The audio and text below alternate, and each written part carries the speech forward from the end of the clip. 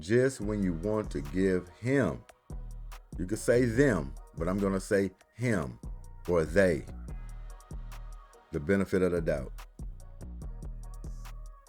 I'm talking about the LA Clippers and the Denver Nuggets yesterday in Game 7. Game 7. And you would think, with a track record that you have in the playoffs, we're not talking about regular season, we're talking about in the playoffs where it matters the most. You come in a do or die situation in Game 7. Because I'm sitting there watching this game, I'm highly disappointed, folks. Just to let you know, I'm highly disappointed. With a guy with a cloud over his head throughout his career. And you know, I'm going to give Kawhi Leonard just a small pass. And the only reason I'm giving him a small pass, he wasn't there in the beginning. Came back, showed his true self. But what I'm mostly disappointed about in this game, look, the man almost had me fooled. I know who the guy is. I watched his career. Shit, he was in Houston. What's the biggest knock on him? And if y'all don't know who I'm talking about James Harden in a Game 7 situation against the Nuggets. This guy was nowhere to be found. We're going to look at his stat line. It has to be about his mental. Completely. Let me pull this up. Okay, we're looking at this box sheet. And look, when we show the box score, and we're looking at the stats, there's a lot of factors. The box sheet just shows you the stats of the players who did what kind of production you got from each player. Outside of the box score, box sheet, a lot of things that go on in the game that doesn't show up on this sheet. For us, hustle, demeanor, having the right approach coming into a Game 7. And you would think this guy, James Harden, who I've been critical of his whole career, and a fan of, I might add, once he left Houston, I was pretty much done. And it has mostly to do on how he left. Don't care if he left. Every player gets traded. Every player wants to go somewhere else, try to win a championship. It happens. But it's the way he left. Forced his way out of Houston. Had young talent coming in. Hey, in his mind, he didn't want to go through the rebuilding process. So he wanted to go to a contender. He has every right to do that. But to pull a Jimmy Butler, to go out there half-assed, not want to play for the franchise, missing practice, loafing, forcing your way out, hoping they trade you, that's a different story. I've already came to believe a long time ago that this guy is not a winner. He's not a champion. He's a stat sheet stuffer. He's that. But when it comes down to it, the guy's not a winner. And last night's game had me so frustrated because I'm thinking him and Kawhi Leonard about to finally get over the hump. Look, not to mention, I've said already in the beginning that this team, the LA Clippers, will never win a championship with James Harden and Kawhi Leonard at the helm. This box score is showing you just that. And we're not even talking about what happened inside of the game. Because there's no way in hell that this should have been a blowout game. There's no way in hell the Clippers should have had this type of approach coming into a Game 7. But watching James Harden throughout this game, continuously passing the ball, no aggression of trying to help his team out, knowing what they needed, it's almost like this guy gave up on his team and just decided to facilitate without involving himself into the offense. It doesn't make sense to me. James Harden's stat line is 7 points, 2 turnovers, 1 block, 2 steals, 13 assists. And most people look at that 13 assists. If you don't know anything about basketball, you look, man, He was getting his teammates involved. He's the point guard. He was doing what he's supposed to do. No. When you're an elite scorer, as this guy has been throughout his career, led the league in scoring, I might add. Hall of Fame when he hangs it up. The track record that this guy has throughout his career of not showing up in big moments, not showing up in playoffs, always choking. You mean to tell me a guy with this track record, which he knows all about it. He knows the slack that people give him. He knows all about that. He's totally aware. And that's what makes this so frustrating. To go into this game 1 for 4 from the 3-point line and 2 for 8 from the field. You want to talk about a total choke job going back to your usual self? This man is finished. In my book, he was already finished. But I kind of got semi-fooled throughout the playoffs because all you hear about James Harden, man, he's cooking. James Harden finally finna get over that hump. He's leading these Clippers in the playoffs. Him and Kawhi Leonard for to finally do it. This is no effort, folks, if you want to know. This is no effort. First of all, what we always talk about when it comes to superstars or guys just leading their team, they're the main guy. He didn't unload the clip. How did you come into a game of this magnitude with all the pieces in place for your team? One of Zubac's best years he's had since he's been in the league. Kawhi Leonard came back to his true form, but you're not going to put all that weight on Kawhi Leonard to lead this team and bring them through in a crunch time or through the whole game or scoring. You don't want to put that pressure on him. This was James Harden all the way. He the one who's been leading this team while Kawhi Leonard was out, why they're in the position they're in, just to get all the way to this crucial, pivotal Game 7 and completely wet the bed. This guy had 13 assists. So you're willing to pass the ball all game long while this team is making a run. They're stretching you out of this game to where you have to have a high volume of jump shots to get back in it, follow up with great defense. This was a choke job for Kawhi Leonard. This was a choke job for James Harden. And I put Kawhi Leonard in there as well because through all this foolishness, he sat back and allowed it to happen. He's 6 for 13 from the field, 2 for 4 from the 3-point line. Look, these guys didn't put enough shots up. It's plain and simple. They didn't give themselves a chance at all. And I'm going to get to another guy that has the same mental going on with a crucial Game 7 later on today as well. Bottom line is nothing has changed with these guys. How hard is it just to put the ball up? If James Harden and Kawhi Leonard come into this game aggressive, they're not going to get too much slack. Yeah, they're going to say, well, James Harden, he choked again. He was off from the field. But at least you were off from the field with 25, 30 attempts. This is not even being aggressive. In a Game 7, we're looking at a guy who's going to be a Hall of Famer. As crazy as that sound, this guy is going to be a Hall of Famer. And look, I'm not going to fight that. He deserves to be in the Hall just by regular season play. No playoff play at all. He'll get in by regular season.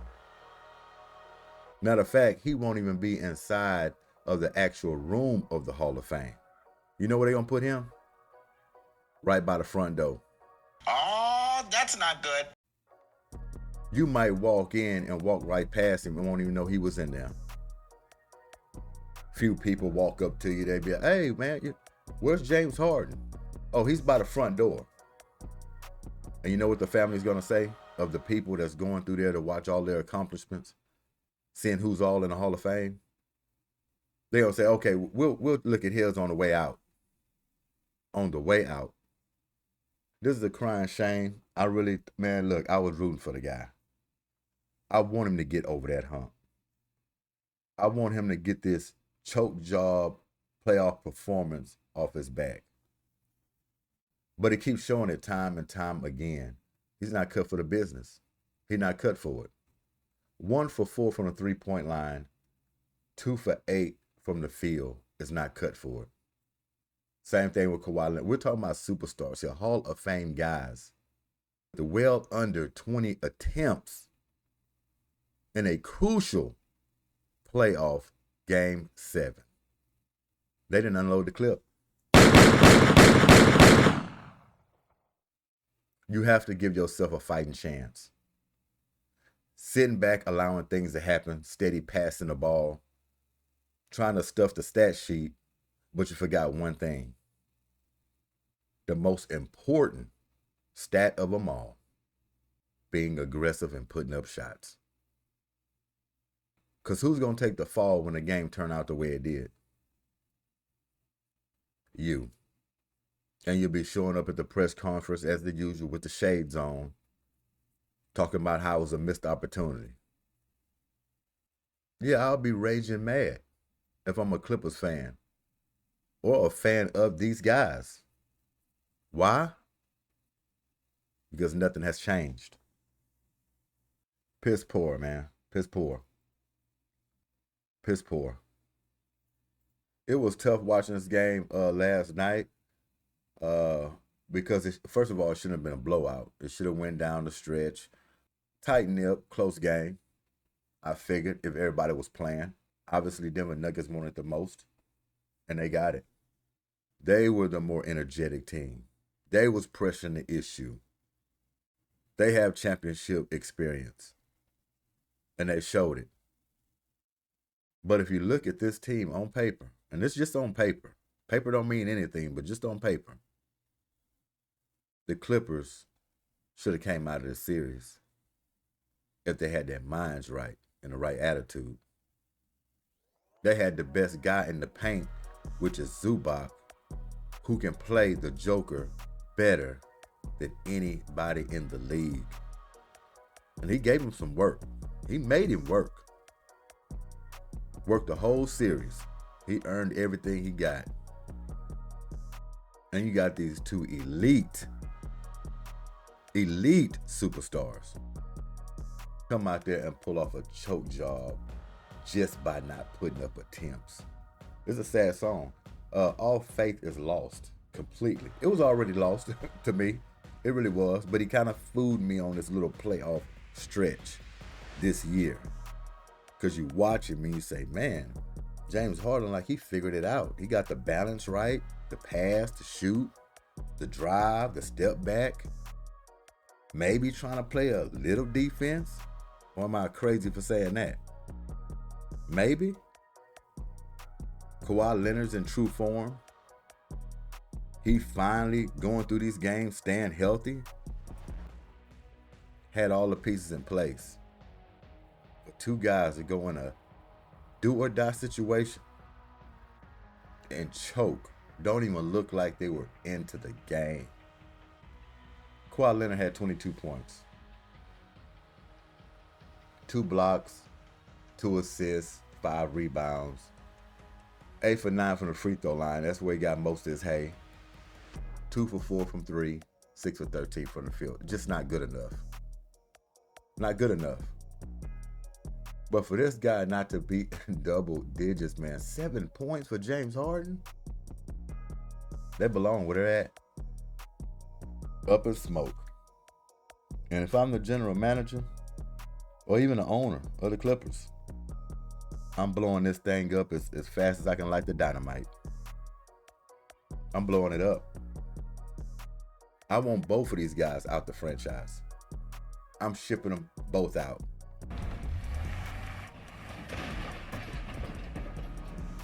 I'm starting from the ground up. It's time to blow it up at this point. Because if you don't, you're going to come into every season with these false hopes just for it to dwindle at the very end, just like you seen last night. But James Harden, poor excuse for a superstar. And I said it before, it don't have anything to do with makes and misses. And I will continue to say that. Because nobody out there saying go out there and just start hoisting shots all over the place, disregarding your team. Nobody's talking about that. This is an elite scorer. He can find a way. But to find a way, you got to give yourself a chance. Put the shots up. Stay ultra aggressive. Get to the free throw line. Force refs to make the call even if they're not making them.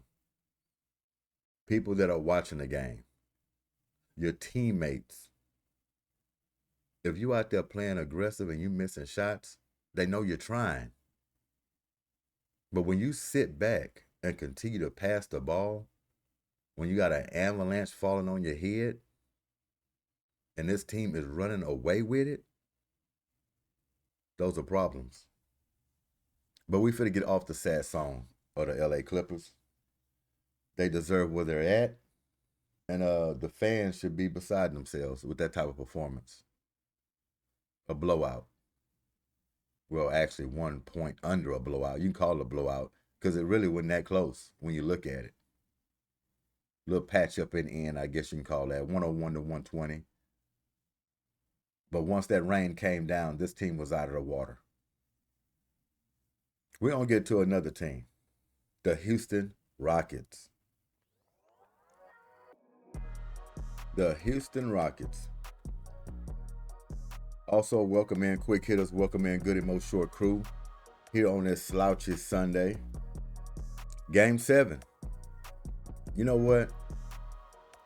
We need to switch the name up. Can't be Slouchy Sunday on a Game 7 with the Houston Rockets and the Golden State Warriors. Can't be Slouchy Sunday when that's going on. We got to find another word for it. Not Slouchy Sunday. Give me a minute. I'll come up with something. You know what? Got it. Semifinals Sunday. We calling this day Semifinals Sunday. That's exactly what the Rockets are trying to get to. After tonight. Advancing. Moving on. I'm going to tell you about this series. When it first was coming about, I didn't want the Rockets to play Golden State in a 7-game series. I didn't feel good about it. So much that I almost went against the Rockets and say that they cannot pull this series out playing against Golden State. I held on to that for a couple of days. And then I put my thoughts together and I said, you know what? I'm going to go with those Rockets. I'm going to go out on a small limb. I'm going to have faith in them. I'm going to say that they're growing up and they will be able to get out of this series. I believe Jalen Green is going to come through in the playoffs.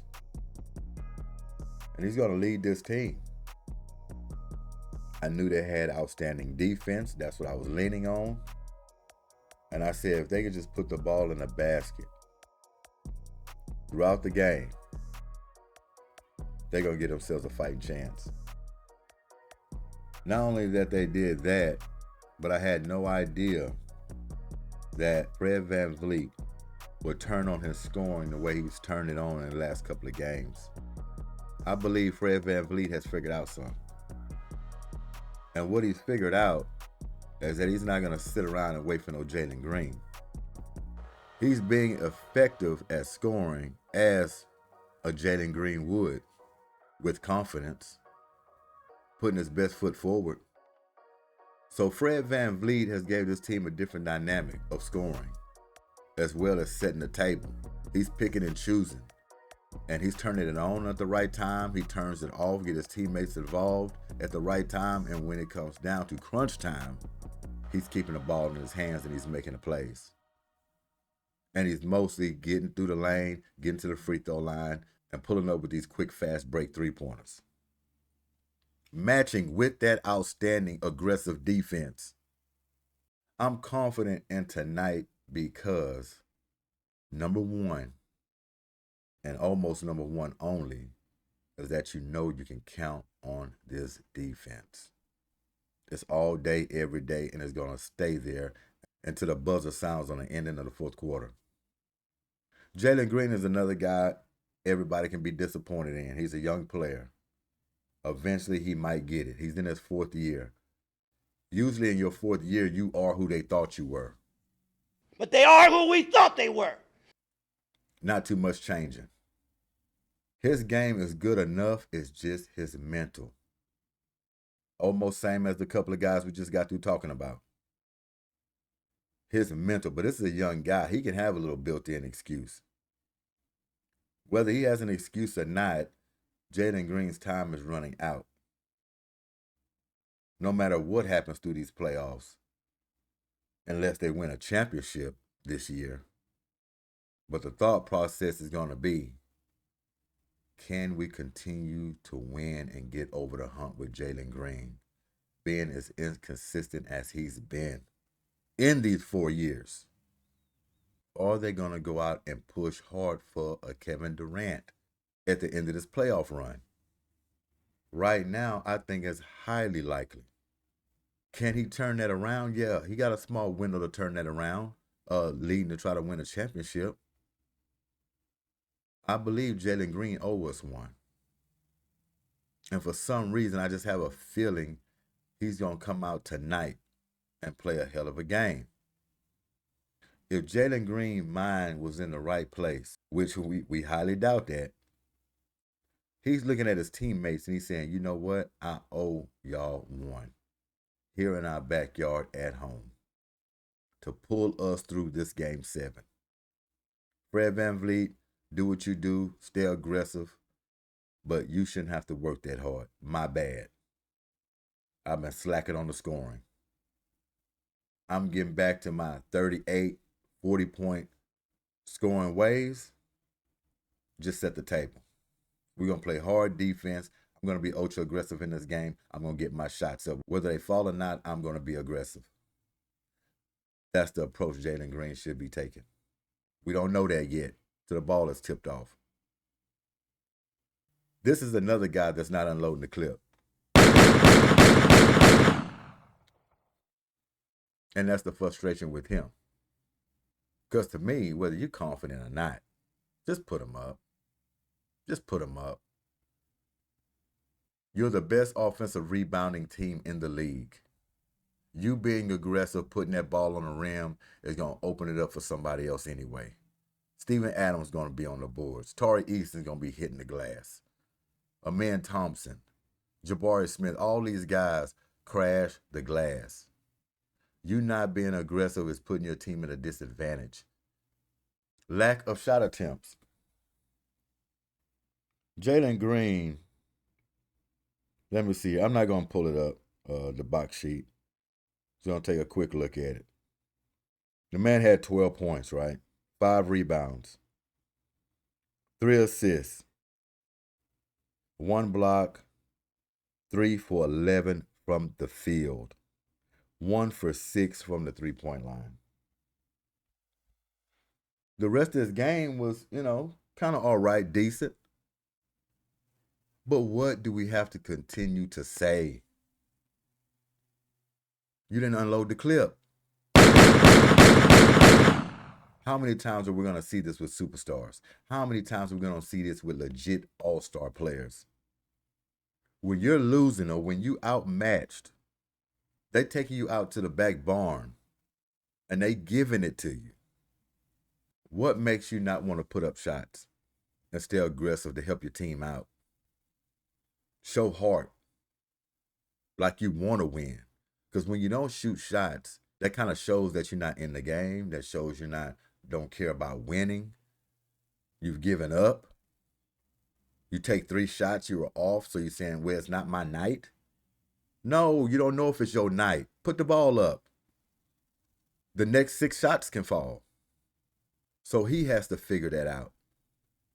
These are superstars who have plays called for them, right? All-star players that have plays called for them in the game. Do you know just to have 20 attempts in the game, you just have to shoot the ball 5 times each quarter?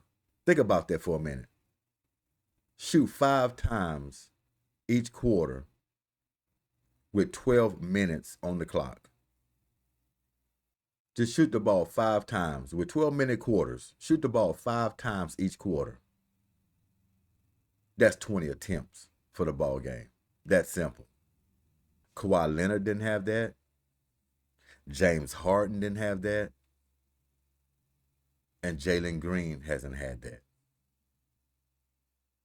Tell me how in the hell you helping your team out at the focal point of the offense and you're shooting well under 20 attempts. Don't you know, and it's just me, these guys are getting plays called for them. These are superstars and all-star type players that are getting plays set up, designed for them to score. Do you know you can go into a game without having no plays called for you and have more than 5, 6 attempts in a quarter? That's all about want to. That's all about passion. That's all about just giving a damn. Being active, moving on the floor, running the floor, cutting and slashing, crashing the boards. You can have more than 5 or 6 attempts in a 12-minute quarter. So that just shows you how these guys are disengaged.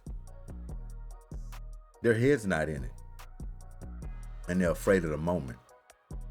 Pressure getting too tight. They don't want no part of it. It's a sad song.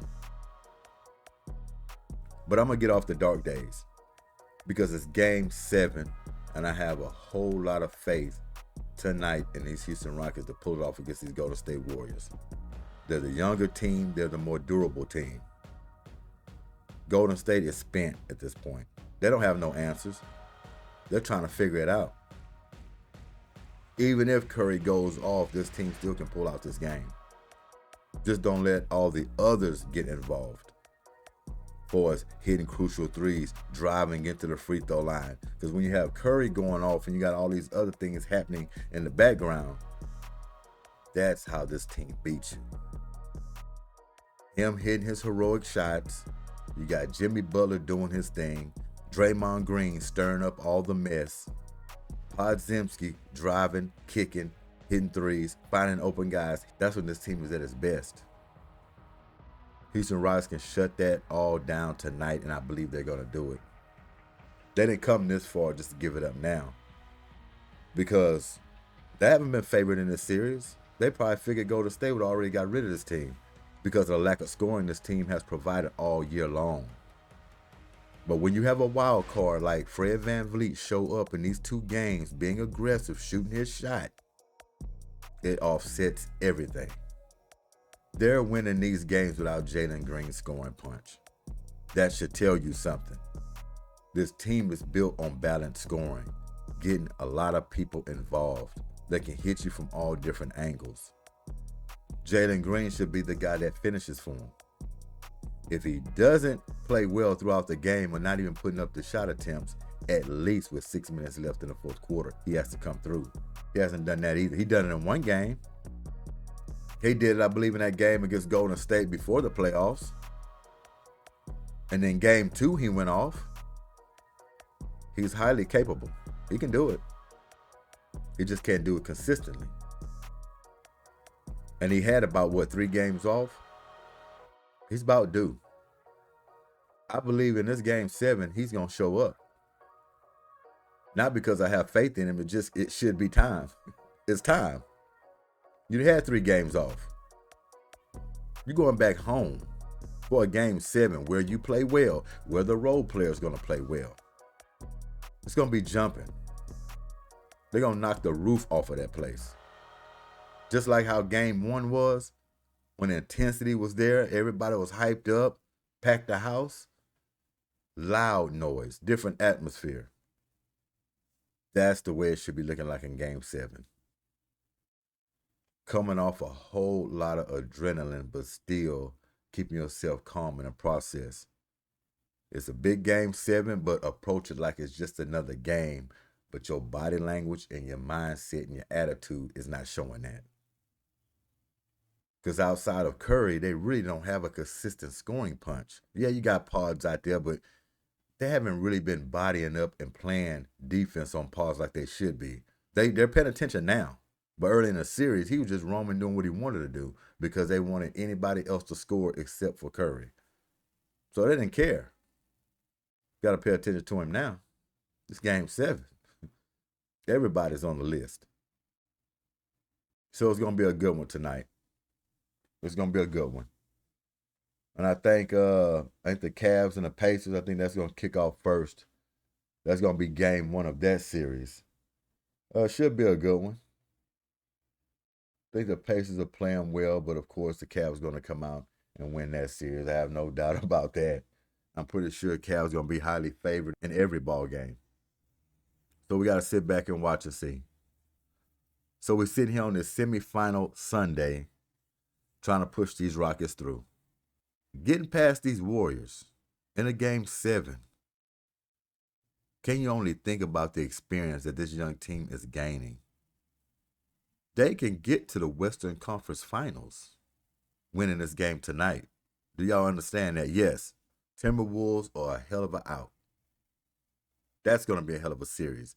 But you know what? Rockets took care of their business against them as well. They can beat them. They highly talented, just like the Rockets. They're young. And they got a beast over there, Anthony Edwards. He's found his mark from last year. Criticized him as well. But we're not going to get into that. But he's found it. He found that balance for his passing and scoring. He's found that balance. And his teammates got confidence all across the board, whether he's willing and dealing or he's giving them a few dishes to eat off of. But that's a close-knit group too. And they got some firepower. So it's going to be a tough out. But I believe the Rockets still can come out of that series as well too. But we're not going to get ahead of ourselves. We got a big game 7. Let's take care of our business on this one first. So definitely tune in to that. And we're going to get up out of here on this slouchy semi-final Sunday. This GSQH Goodymo Sports Quick Hits. Thanks for y'all time. And we out of here. Peace.